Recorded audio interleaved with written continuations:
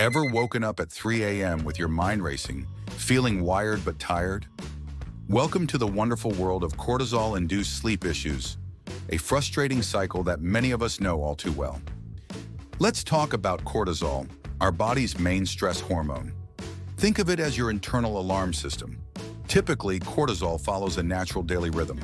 Highest in the morning to help you wake up. That's why you get that morning burst of energy. And lowest at night when it's time to wind down. But here's where things get interesting. When this rhythm gets disrupted, your sleep takes a major hit. Here's the thing about cortisol that most people don't realize. It's not just about stress.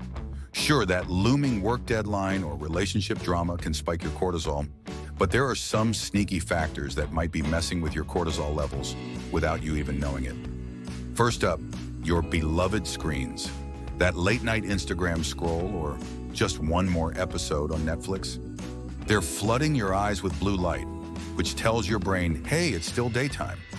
Your cortisol stays elevated, and melatonin, your sleep hormone, stays suppressed. It's like trying to fall asleep with your internal sun still blazing. Then there's the timing of your workouts. Love that after-work gym session? Your body might not. Intense exercise, especially late in the day, can keep your cortisol levels higher than a coffee shop's peak hour rush. While exercise is fantastic for sleep overall, timing matters. It's like trying to calm down right after running from a bear. Your body needs time to get the message that it's safe to relax. Speaking of things we love that might be sabotaging our sleep, let's talk about that afternoon coffee. Caffeine has a sneaky long half-life, meaning that 3 p.m. pick-me-up could still be picking you up at 9 p.m. It's not just coffee either. Energy drinks, some teas, and even chocolate can keep your cortisol party going when it should be winding down. But here's a factor that often flies under the radar. Irregular eating patterns. Your body's cortisol rhythm is closely tied to when you eat.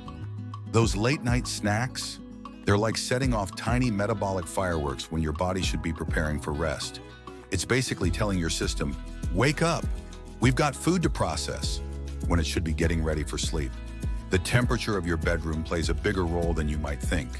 A room that's too warm keeps your cortisol elevated. Your body likes to cool down for sleep. It's like trying to doze off in a cozy sauna. Your body's stress response stays activated because it's working overtime to regulate your temperature. Here's an interesting one. Emotional suppression, bottling up your feelings throughout the day. Those unexpressed emotions don't just disappear.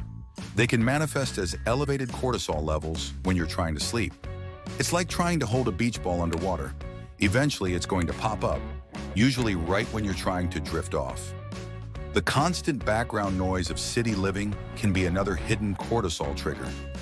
Even if you think you've gotten used to the sirens, traffic, and your neighbor's late-night TV marathons, your body might still be responding with low-level stress responses. It's like trying to sleep with a subtle but constant threat detector running in the background. Let's not forget about our electronic friends. EMF exposure from phones, tablets, and other devices near your bed could be contributing to elevated cortisol levels.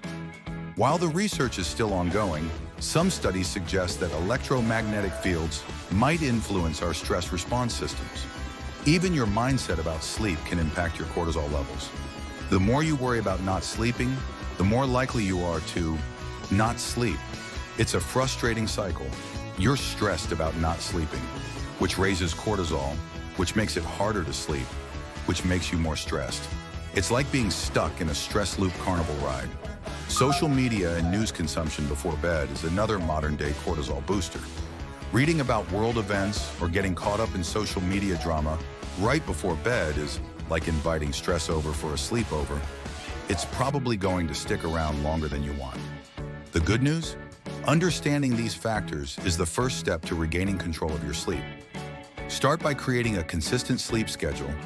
Dim those lights in the evening, keep your bedroom cool and dark, and maybe give your phone a bedtime of its own, preferably before yours. Remember, your body's cortisol rhythm took millions of years to evolve, but our modern lifestyle has changed dramatically in just a few generations. It's not your fault if your sleep isn't perfect. We're all trying to navigate this new world with our Stone Age bodies. The key is to work with your body's natural rhythms rather than against them. Think of it like a dance. When you learn the steps, understanding your cortisol patterns, and move with the music, aligning your daily habits with your natural cycles, everything flows much more smoothly.